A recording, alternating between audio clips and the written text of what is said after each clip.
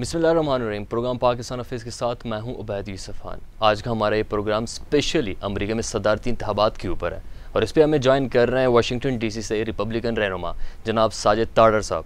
साजिद तारड़ साहब, welcome to the show and thank you so much for joining us. Sajid Tarar साहब, हमें ये बताइएगा कि अगर अमरीकी अवाम डोनाल्ड ट्रंप को इस दफ़ा फिर मुंतखब कर देती हैं तो उनकी क्या वजह होगी? सर, उसका सबसे बड़ी बात जो रीजन है, ये तो एक फंडामेंटल, एक तो इंटरनेशनल फिनोमेना है कि दुनिया ट्रेडिशनल पॉलिटिशियन से बेजार हो चुकी है। आपको 47 साल नहीं चाहिए कि आप व्हाइट हाउस में हैं और आप उसके बाद 8 साल व्हाइट हाउस में हो, आप कुछ भी डिलीवर ना कर सके तो आप कहेंगे अब मैंने प्रेसिडेंट बनना है। दूसरी तरफ एक ऐसा इंसान 2016 में पिक किया गया है जो सियासतदान नहीं है। यहाँ आपके देखने वालों को ये मैं बताना चाहूंगा, सियासत पब्लिक सर्विस है, ये कारोबार नहीं है। एक आदमी 47 साल से थक चुका है और 47 साल का उसका ट्रैक रिकॉर्ड मौजूद है। उसकी vice presidential candidate Kamala Harris कहती रही है कि he is a racist man. अगले दिन उन्होंने स्टेटमेंट दी है कि if you don't vote for me it means you are not black. तो इस तरह के हथकंडे करने वाला एक मजा हुआ सियासतदान जिसको पता है कि सिस्टम को किस तरह चीट करना है, किस तरीके से लोगों के ज़हन के साथ उनको मैनिपुलेट करना है। This is what the tragedy of the democracy. हाँ, इस वक्त अमेरिकन अवाम के साथ धोखा क्या हो रहा है और जिस तरीके से हमारे पाकिस्तानी भी कई तज्जिया निकार और दूसरे लोग भी देख रहे हैं, CNN जर्नलिज्म को छोड़ के सियासत में आ चुका है और हमारे ज्यादातर अमेरिकन और ज्यादातर पाकिस्तानी भाई भी उसी के विक्टिम है, उसी की उनके एक हथकंडे का शिकार बन चुके हैं। इस वक्त डोनाल्ड ट्रंप साहब की रैलीज में पांव रखने की जगह नहीं होती। उनके 47 मंथ जो है वो 47 ईयर से ज्यादा भारी हैं।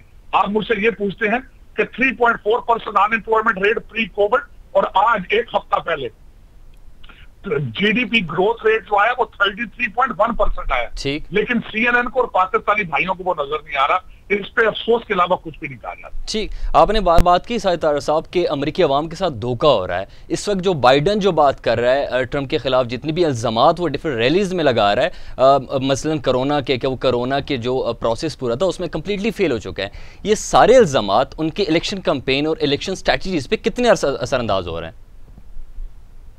देखिए, कोविड जो है वो तो एक मजाक बन गया ना सर। वो एक वुहान से चल के शंघाई और बीजिंग नहीं पहुंचा, वो सीधा अमेरिका और न्यूयॉर्क में आ गया। ये तो एक अंधे आदमी को भी नजर आ रहा है कि कोविड के साथ यहाँ सियासत हो रही है। यहाँ पे जो डेमोक्रेट गवर्नर है, वो डेमोक्रेट जो मेयर है, वो ये समझते हैं कि कोरोना और जो CNN और दूसरा जितना, मैं ये आपके देखने वालों को ये भी बताऊंगा कि डोनाल्ड ट्रंप साहब ने अगले दिन अपने एक स्पीच में कहा है कि media coverage 98% is anti Trump. तो कोविड पे जिनके पास मैंडेट ना हो वो कोविड पे सियासत कर रहे हैं। मेरा ये क्वेश्चन मार्क होगा, ये चाइनीज प्लेग जो निकला है इसके लिए कौन सा मुल्क दुनिया का तैयार बैठा था जो इसको हैंडल कर सके? लेकिन यहाँ पे एक भी ऐसी मौत नहीं हुई अमेरिका में जो बेड ना होने की वजह से हो, जो वेंटिलेटर ना होने की वजह से हो। लेकिन इस पे सियासत हो रही है, रेस कार्ड पे सियासत हो रही है सर। इस वक्त सिर्फ उसका इलाज जो है, उसका इलाज कोई नहीं। उसकी वजह ये है कि मीडिया जो है वो गवर्नमेंट चलाना चाहता है। CNN इतना बेताज है व्हाइट हाउस को रन करने के लिए कि जिसकी हद कोई नहीं है और उसका तो सोल्यूशन डोनाल्ड ट्रंप साहब के पास क्या, किसी के पास भी मौजूद नहीं। सर, इस वक्त सिर्फ CNN और चाइना ये बात नहीं कर रहा है। इस वक्त जितनी भी रिसर्च सेंटर्स हैं, यू गवर्नमेंट पोल जो है वो जो यूरोप में जितनी भी कंट्रीज़ हैं वो भी इस वक्त ट्रंप के अगेंस्ट बात कर रहे हैं। इसके अलावा जो PAW रिसर्च सेंटर है उनके मुताबिक भी सिर्फ 16% जो यूरोपियन कंट्रीज़ है वो चाह रही हैं कि ट्रंप आगे इलेक्शन में दोबारा व्हाइट हाउस में अगले 4 साल तक वो आ जाए। तो ये क्या वजह है? यूरोप में भी यही जो एक लहर दौड़ रही है ट्रंप के अगेंस्ट। वजह बताता हूँ आपको पता है यूरोपियन यूनियन वहां भी ब्रेक्सिट हो रहा है और यूरोपियन यूनियन भी टूट रही है। ठीक, मैं आपको ये भी बताना चाहूंगा कि यूरोप अमेरिका से डिफरेंट है, वो लिबरल और प्रोग्रेसिव माइंडसेट है उनका। ठीक, दूसरा मैं यहाँ पे आपको ये भी बताना चाहूंगा, जिस तरह हमारे लिबरल दोस्त कभी जो है अमेरिका में ये भी कहते हैं कि वर्ल्ड हेल्थ ऑर्गेनाइजेशन से क्यों जान छुड़ाई है, पेरिस अकॉर्ड से क्यों निकले हैं, NAFTA को रिवाइज क्यों किया, मैं थोड़ा सा बताने की कोशिश करूंगा।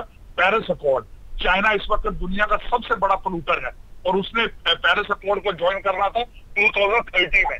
तो अमेरिका पहले ही जंप करके हमारे ये सोशलिस्ट प्रेसिडेंट्स की वजह से जंप करके उसमें घुस गया और अपनी इकॉनमी तबाह कर दी। एक तो सबसे बड़ी वजह ये थी। ठीक, आज जहां डोनाल्ड ट्रंप साहब और जो बाइडन साहब जिस स्टेट को कहते हैं बैटल स्टेट है पेंसिल्वेनिया, उसको रस्टक बेल्ट भी कहा जाता है। लेकिन उसको रस्टक बेल्ट इसलिए कहा जाता है क्योंकि वहां की फैक्ट्रियों को जंग लग चुका है। इन्होंने जाबें सारी चाइना भेज दी जानबूझ के, इन्होंने चाइना को अपनी जाबें बेची हैं।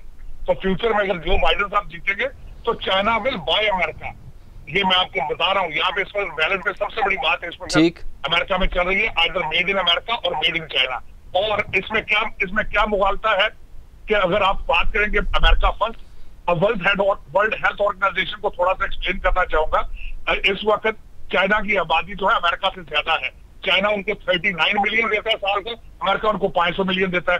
जब कोविड निकला है तो प्रेसिडेंट साहब ने रिक्वेस्ट की थी वर्ल्ड हेल्थ ऑर्गेनाइजेशन के साइंटिस्ट वुहान जाए, उन्होंने इजाजत नहीं दी। उल्टा जब उन्होंने चाइना पे ट्रैवल बैन लगाया तो वर्ल्ड हेल्थ ऑर्गेनाइजेशन ने उसकी मुखालफत की, तो उन्होंने उसकी फंडिंग रोक दी है। उनका हक बनता है। और जिस तरीके से नेटो या दूसरे मुमालिक अपने डिफेंस के खर्चे, उनके कुछ भी नहीं है, अमेरिका उनको डिफेंड करता है, तो अगर अपने उनके खर्चे मांगे तो ये इसमें क्या मुबालगा है। असल में बराक ओबामा और ऐसे लोग कंट्री को 50 साल पीछे ले गए थे और जो बाइडेन उनके पार्टनर थे उनके साथ। ये सारा दुनिया जानती है, सारा अमेरिका देख रहा है कि अमेरिका के साथ क्या हो रहा है। और आगे खिलवाड़ होने वाला क्या है, वो ये है कि जो बाइडेन जो है उनकी ज़हनी हालात ये है, उनको तो ये नहीं पता वो खड़े कहाँ होते हैं, उनको ये नहीं पता वो सेनेट का इलेक्शन लड़ रहे हैं कि सदर का इलेक्शन लड़ रहे हैं। यहाँ पे दुनिया देख रही है, अगर खुदा ना खास्ता वो जीत गए, नैन्सी पेलोसी और कैमला हैरिस गवर्नमेंट चलाएंगी। और कैमला हैरिस इंडियन डिसेंट की है और उस पर उनको बहुत फख्र है।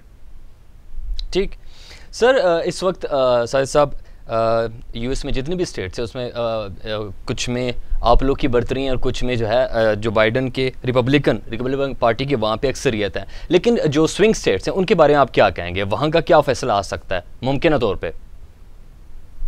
देखिए, फैसला तो आ चुका है। डोनाल्ड ट्रंप साहब की रैलीज जो निकलती है, जिस तरीके से लोग वहां पे आते हैं, उनका फैसला हो चुका है। मैं ये यहाँ पे आपको बता दूं कि जो इस वक्त स्विंग स्टेट थी उसमें पेंसिल्वेनिया थी, उसका फिलाडेल्फिया शहर आज हफ्ते से चल रहा है। वहां पे लूट मार जारी है, 30 से ज्यादा पुलिस वाले हॉस्पिटल में पड़े हुए हैं। एक तो वहां पे ये हो रहा है और दूसरा पेंसिल्वेनिया में फ्रैकिंग है। फ्रैकिंग के जो बाइडेन साहब फ्रैकिंग के खिलाफ है। दूसरी सबसे बड़ी स्टेट है टेक्सास, जिसके सबसे ज्यादा वोट है इलेक्टोरल कॉलेज में। वो सारा डिपेंड करता है ऑयल बिजनेस पे। जो बाइडेन साहब ये कह चुके हैं कि आते ही ऑयल इंडस्ट्री का हल कर देंगे, तो जीतेंगे किस तरह? फिर वो ये सिर्फ जितवाने वाले जो है लेफ्ट विंग एजेंडा और CNN, इसके अलावा इनकी रैली वो देखना नहीं चाहते। डोनाल्ड ट्रंप साहब को एस्टेब्लिशमेंट और इस तरह के लोग वो देखना नहीं चाहते जिनकी दुकानें बंद पड़ी है 4 साल से। तो फिर जाहिर है मीडिया उनके साथ है और फिर लोगों को रैलियां CNN की, लेकिन डोनाल्ड ट्रंप साहब की रैलियां CNN देखना नहीं चाहता, ना दिखाना चाहता है। अब उसका कसूर क्या है उसमें? आप देख रहे हैं वो सारी दुनिया को उन्होंने कायल कर लिया। आप भी यही कह रहे हैं कि जो बाइडेन जीतेगा, लेकिन मैं कल यहाँ पे वॉशिंगटन DC की बैठवे पे था, बारिश के दौरान 300 से ज्यादा गाड़ियों ने जुलूस निकाला, लेकिन CNN ने उसको कवर नहीं किया। आपको खबर कैसे पहुंचेगी अगर मीडिया उसको कवर ही नहीं करेगा? 96% media coverage is anti Trump in America. ठीक सर, इस वक्त पूरी दुनिया इस तरफ देख रही है कि अगर ट्रंप 4 साल के लिए मजीद आ जाता है तो क्या वो इस दफ़ा क्या नई हिकमत अमली के साथ आएगा, अपनी पुरानी पॉलिसीज को जारी रख पाएगा? सेकंड, तारकीन वतन के लिहाज से फिर मैं अगेन ये कहूंगा, CNN ने पिक्चर ड्रा की है कि ही इज एंटी इमिग्रेंट। अब वो जो बॉर्डर पे केजेस बनाए थे वो ओबामा पीरियड में 2014 में बनाए थे स्पेनिश बच्चों के लिए। अब दूसरा, अगर डोनाल्ड ट्रंप साहब ये कहें कि यहाँ पे जो आए उसको ये जरूर पता होना चाहिए कि वो किस मुल्क में जा रहा है, अमेरिकन वैल्यूज क्या है, कल्चर क्या है, इसमें क्या गलती है, इसमें क्या मुबालगा है। हाँ, मुसलमानों के लिए ये कहते हैं, उन्होंने पिक्चर ड्रा की एंटी मुस्लिम, वो एंटी मुस्लिम नहीं है लेकिन एंटी ट्रबल मेकर है, उसमें क्या मुबालगा है। अगर आप यहाँ पे आके जिहाद करना चाहते हैं तो उनका हक बनता है कि वो रोके, अपने सिटीजन, अपनी प्रॉपर्टी को बचाए, अपने शहरियों को बचाए, लेकिन उस पर सियासत की जाती है। ये असल में मसला ये सिर्फ डोनाल्ड ट्रंप साहब का नहीं है, ये मोदी मीडिया जो कर रहा है आपको वो भी नजर आ रहा है, जो दूसरे मुमालिक में हो रहा है, ये इंटरनेशनल फिनोमेना है सर। ये मीडिया इज वर्किंग, पाकिस्तान में भी यही हो रहा है। देखिए, आपके जितने एंकर है वो यूट्यूब चैनल बना के बैठे बेचारे। ठीक, हालात तो इसी तरह की मीडिया के। सही कह रहे हैं आप। राशिद तारा साहब, आखिरी सवाल मेरा आपसे, अगर ट्रंप मुंतखब हो जाता है तो हारजा पॉलिसी क्या होगी, स्पेशली चीन, पाकिस्तान, इंडिया और अफगानिस्तान को लेकर? सर, मैं आपको बताना चाहूंगा, मैं क्योंकि रिपब्लिकन पहले हूं और दूसरी बात ये जरूर है कि मैं ट्रंप हार्डकोर ट्रंप को सपोर्ट करता हूं। यहाँ पे मैं एक वाजे करना चाहूंगा 2 पार्टियों का डिफरेंस। पेंटागन को स्ट्रॉन्ग करना रिपब्लिकन पार्टी का मैंडेट है, उनका पोर्टफोलियो होता है। ठीक, उसके लिहाज से देखा जाए तो पाकिस्तान के लिए और पूरी दुनिया की फॉरेन पॉलिसी के लिहाज से रिपब्लिकन पार्टी उसको हमेशा उस पर तवज्जो देती है, उस पर पैसे लगाती है। और जब फॉरेन पॉलिसी को तवज्जो दी जाती है तो अफगानिस्तान से ट्रूप बुलाए जाते हैं वापस। डोनाल्ड ट्रंप साहब इज एंटी वॉर प्रेसिडेंट, वो सैंक्शंस और एम्बार्गो को यूज करते हैं। ड्रोन जितने मारे गए वो ओबामा पीरियड में पाकिस्तान पे बम मारे गए, जितने सिविलियन मारे गए वो ओबामा पीरियड में मारे गए, जो बाइडेन उनके पार्टनर थे। इंडिया को पार्टनर का दर्जा दिया गया वो ओबामा साहब ने, जो बाइडेन साहब ने दिया था। पाकिस्तान की रिलेशनशिप एक ताली दो हाथों से बनने वाली है। पाकिस्तान अगर चाहे तो अमेरिका के साथ रिलेशनशिप बेहतर होंगे। यहाँ पे ये जरूर बताना चाहूंगा आपके सुनने वालों को कि बिलियंस डॉलर जो इंडिया ने स्पेंड किए अमेरिका के इंफ्लुएंस वाले करने के बावजूद, मैं समझता हूँ डोनाल्ड ट्रंप साहब ने उसके बावजूद कि आप पैसे यहाँ से लेने आते हैं वो देने आते हैं, इस टाइटल के बावजूद डोनाल्ड ट्रंप साहब ने जनरल असेंबली में इमरान खान साहब को इज्जत अफजाई की, उन्होंने व्हाइट हाउस में उनको बुलाया और इंडियन सॉइल पे जाके, उनके मुल्क में जाके, जब वो बिलियंस डॉलर के हेलीकॉप्टर खरीद रहे थे, उस सॉइल पे जाके फिर उन्होंने पाकिस्तान का नाम लिया। एक दर्जन से ज्यादा दफा कश्मीर की सालसी ऑफर की, हालांकि आपको मुस्लिम उम्मा की भी सपोर्ट हासिल नहीं है कश्मीर में। तो आप इससे बेहतर मजीद क्या चाहते हैं कि डोनाल्ड ट्रंप साहब क्या करें?